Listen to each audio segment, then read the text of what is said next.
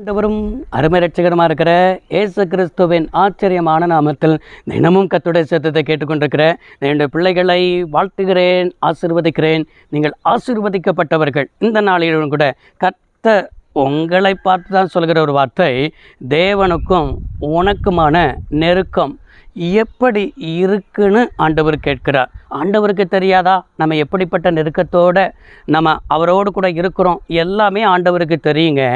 ஆண்டவர் எல்லாமே தெரிந்தாலும் ஆண்டவர் இன்றைக்கு உன்னை பார்த்து தான், உங்களை பார்த்து தான் உனக்கும் எனக்குமான நெருக்கம் எப்படி இருக்குன்னு சொல்லி நீங்கள் ஒரு பரிசோதனை செய்து பார்க்கணும் என்பதற்கு தான் கர்த்தர் இன்றைக்கு உங்களை பார்த்து ஆண்டவர் பேசி கொண்டிருக்கிறார்.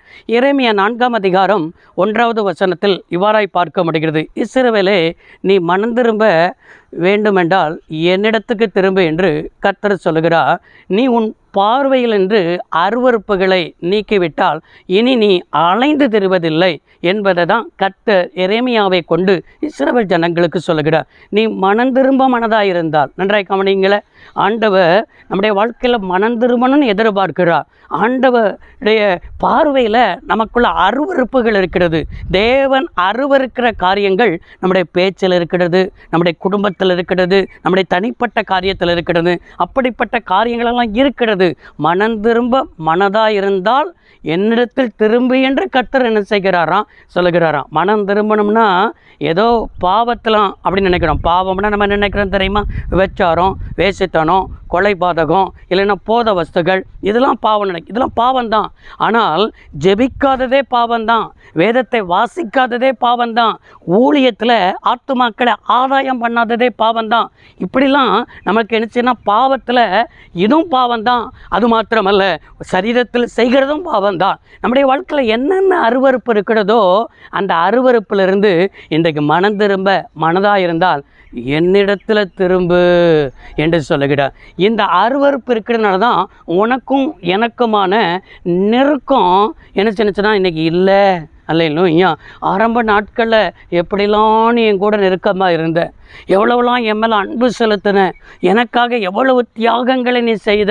ஆனால் இன்றைக்கு உனக்கும் எனக்குமான நெருக்கம் இல்லாமல் நீ தூரமாக இருக்கிற.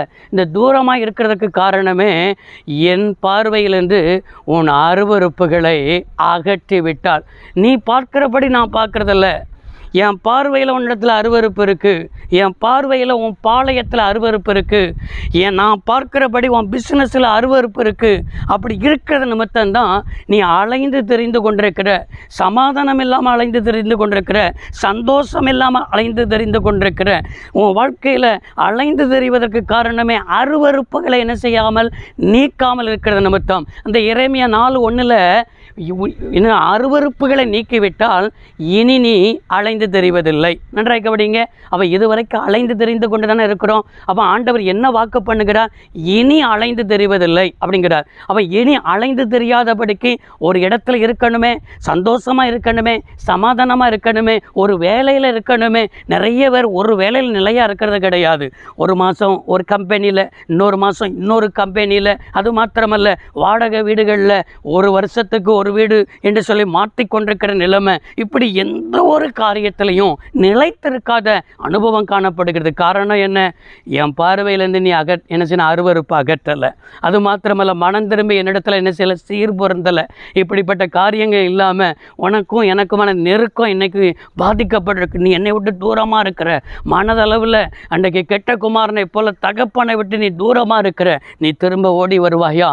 உன்னை கட்டி அணைக்க ஆயத்தமாக இருக்கிறேன். இழந்து போனதெல்லாம் தந்து, எப்படி அந்த கெட்ட குமாரனுக்கு பாதரட்சங்கள், வஸ்திரங்கள், மோதிரங்கள் எல்லாவற்றையும் திரும்ப தந்து அந்த தகப்பன் அவனை ஆசீர்வதித்தானோ, அதே போல நான் ஆசீர்வதிக்க விரும்புகிறேன் மகளே, ஆசீர்வதிக்க விரும்புகிறேன் மகனே.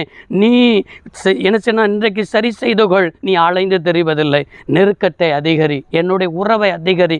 நான் உன் தகப்பன் என்றது ஆண்டவர் பேசுகிறார். ஜெபிப்போம். சர்வ வல்லமையுள்ள தெய்வமே, இன்றைக்கும் உடைய பிள்ளையுடைய வாழ்க்கையில் ஆண்டவரோடு கூடிய நெருக்கத்தை இன்னும் அதிகரிக்க கிருபை தாரும். பிள்ளைகளை வாழ்த்துகிறேன், ஆசீர்வதிக்கிறேன். இயேசு ரட்சகர் நாமத்தில் பிதாவே, ஆமென். கர்த்தர் ஆசீர்வதிப்பாராக. God bless you all.